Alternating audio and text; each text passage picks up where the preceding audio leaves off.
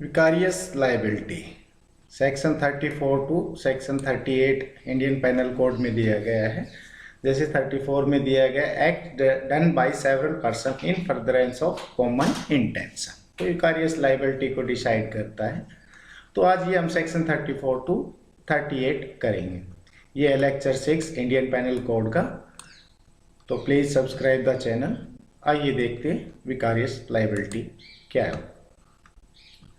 तो सबसे पहले इसमें सेक्शन 34 बहुत ही इंपॉर्टेंट सेक्शन है, इसको हम रीड करते हैं सेक्शन 149 के साथ, आईपीसी के ही सेक्शन 149 का। इसमें कॉमन ऑब्जेक्ट होता है, ये कॉमन इंटेंशन के ऊपर दिया गया है।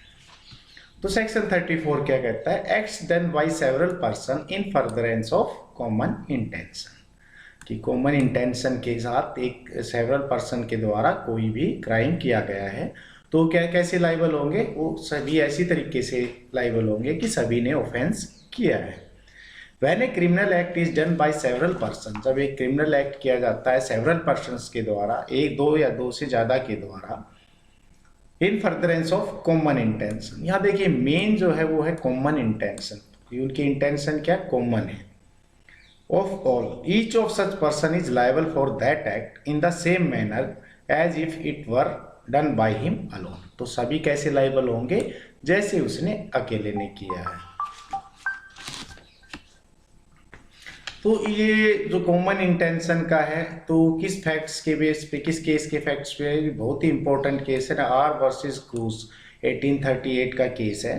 तो इस केस में क्या होता है, in this case a constable with his assistant went to arrest a person, किसी पर्सन को अरेस्ट करने गया एक कांस्टेबल अपने असिस्टेंट के साथ। Several person who were friend of that person beat the constable, several person काफ़ी लोगों ने उस कांस्टेबल जो असिस्टेंट था उसको, कांस्टेबल और उस असिस्टेंट को पीटा।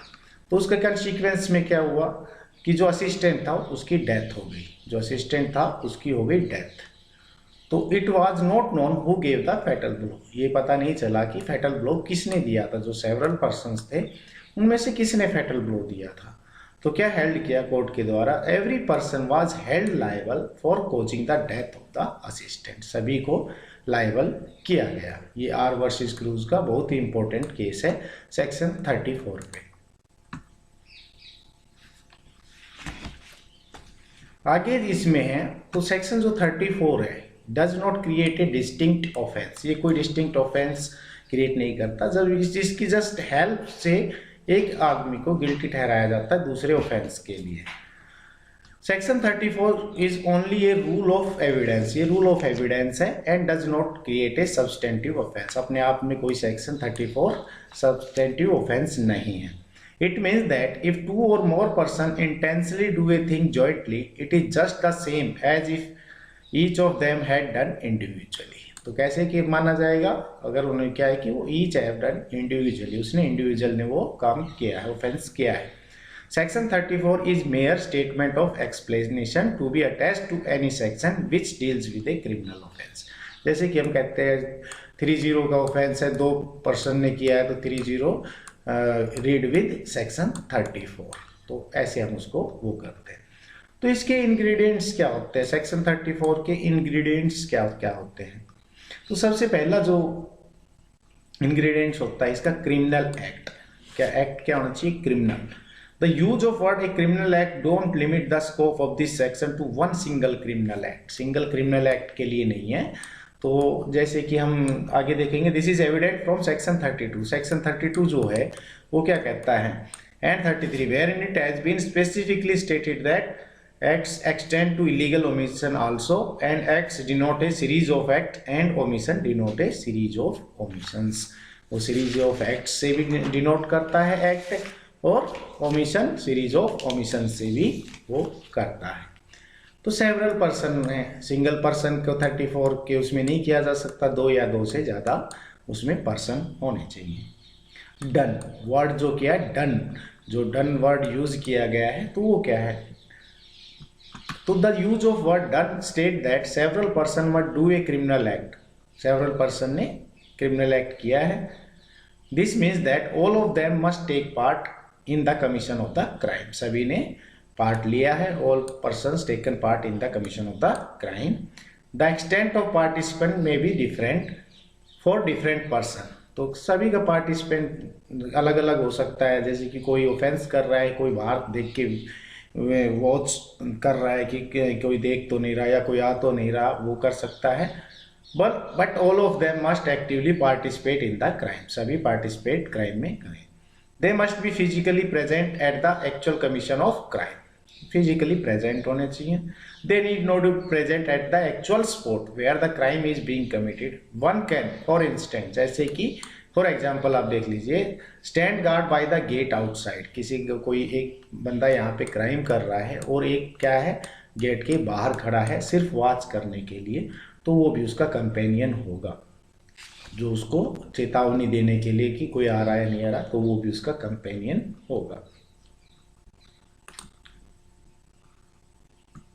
तो इसका जो मोस्ट इंपॉर्टेंट पार्ट है वो है in furtherance of common intention, in furtherance of common intention of all. तो ये इसका most important, these words are most important ones in this section, सबसे इंपॉर्टेंट है इस सेक्शन में। And provide a distinct principle of joint criminal liability, distinct जो है joint liability बनाते हैं। Common intention presupposes prior meeting of minds, prior meeting of mind, पहले से ही उन्होंने मीटिंग करके एंगेज हुए हैं उस प्लान में of those involved in crime. Meeting of minds mean that each one of the participant knows and concurs with the mind of each of the other. वो उसको कंकर करता है, प्री अरेंज प्लान है और प्रायर कंसर्ट उनके बीच में है। There should be a pre-arranged plan or prior consult amongst the participant, but it is not essential that there should be an agreement in express. Express term में कोई जरूरी नहीं है, प्रायर कंसर्ट हो सकता है, उन्होंने आपस में किया है, एग्रीमेंट कोई जरूरी उनके बीच में नहीं है। कॉमन इंटेंशन एंड सिमिलर और सेम इंटेंशन, देखिए हम बात कर रहे हैं कॉमन इंटेंशन की, तो कॉमन इंटेंशन और सेम और सिमिलर इंटेंशन में डिफरेंट है। क्या डिफरेंट है? कॉमन इंटेंशन एंड सेम और similar intention are different from each other, एक दूसरे से डिफरेंट है। While the former presupposes a prior meeting of minds, the same is not required in the latter. इसमें prior meeting होती है, same intention और similar intention में prior meeting जरूरी नहीं है। एग्जाम्पल इसका क्या है? एग्जाम्पल है A and B both went to kill X, दोनों मारना चाहते थे। Who is blackmailing? X blackmail करता है ए एंड बी को और दोनों उसको मारना चाहते हैं। Both A and B think of shooting x when he go for a evening walk, जब वो एक्स जब इवनिंग वॉक पे जाता है तब वो उसको मारने का प्लान बनाते हैं। But they have never met, A and B जो है वो आपस में कभी भी नहीं मिले हैं, पर उनका प्लान है।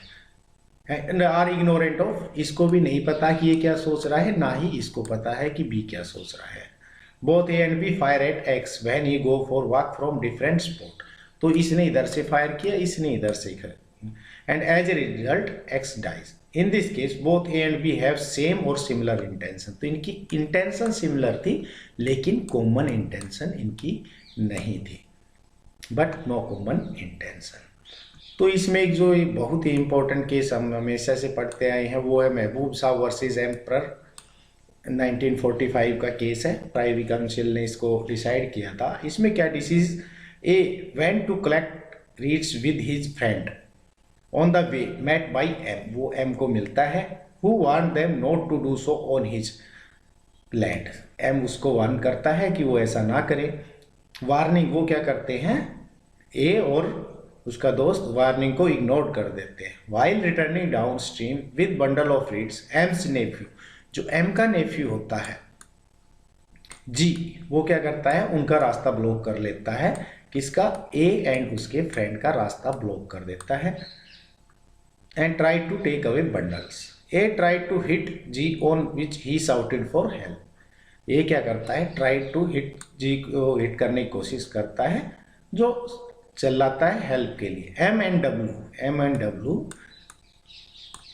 केम from different direction with guns, ये डिफरेंट डायरेक्शन से, एक इस डायरेक्शन से आता है, एम इस डायरेक्शन से आता है। W shot at A who died and absconded, तो डब्ल्यू ने इसको शॉट किया, ये मर जाता है और ये भाग जाता है W. M fired on as friend who escaped, जो ये एम है ये इसके फ्रेंड पे फायर करता है लेकिन वो बच जाता है। Trial court held M guilty of attempt to murder as friend H. High court held him guilty for murder of A under 302। अब ये इन दोनों को क्या करते हैं, 302 में रीड विद सेक्शन 34 में गिल्टी कर देते हैं। PC set aside the judgment, PC set aside कर देता है हाई कोर्ट के जजमेंट को। Held that it was not a case of murder in furtherance of common intention. ये in furtherance of common intention नहीं है ये murder. PC observe that it might be a case of similar और same intention का ये case हो सकता है, लेकिन कॉमन इंटेंशन का नहीं है। तो सेक्शन 35 ये सेक्शन जो इतने हैं, इतनी इंपॉर्टेंस नहीं है, लेकिन इनको हम जस्ट एक बार वैसे ही बेयर रीडिंग कर लेते हैं, बेयर एक्ट रीडिंग, इनमें क्या क्या दिया गया है। तो जो सेक्शन 35 है, when such an act is criminal, when such an act is criminal by reason of its being done with a criminal knowledge or intention। तो अगर देखिए सीधा सा इसका मेन मीनिंग क्या है कि जिस किसी भी उसमें कोई ऑफेंस है उसके लिए वो ऑफेंस की सिर्फ नॉलेज और इंटेंशन की, क्रिमिनल नॉलेज और इंटेंशन की वजह से किया गया है तो वो क्रिमिनल एक्ट बनता है। तो ये माना जाएगा कि उसमें उनकी क्रिमिनल इंटेंशन और नॉलेज थी। अगर कोई ऑफेंस है जिसमें क्रिमिनल नॉलेज और इंटेंशन को माना गया है तो वो माना जाएगा कि उसके पास वो नॉलेज थी और वो इंटेंशन उसकी थी। Section 36 effect cause partly bye act and partly bye omission.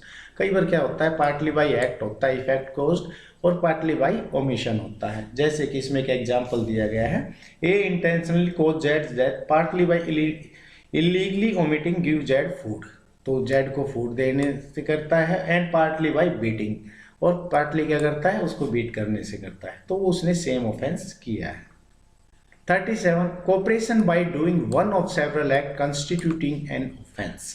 तो इसमें भी एक वो दिया गया इलस्ट्रेशन है, A and B agree to murder Z by severally and at different time giving him small doses of poison. A and B administer the poison according to the agreement with intent to murder Z. Z dies of the effect the several doses of poison so administered to him. Here A and B intentionally cooperate in the commission of the murder, and each of them does an act by which the death is caused.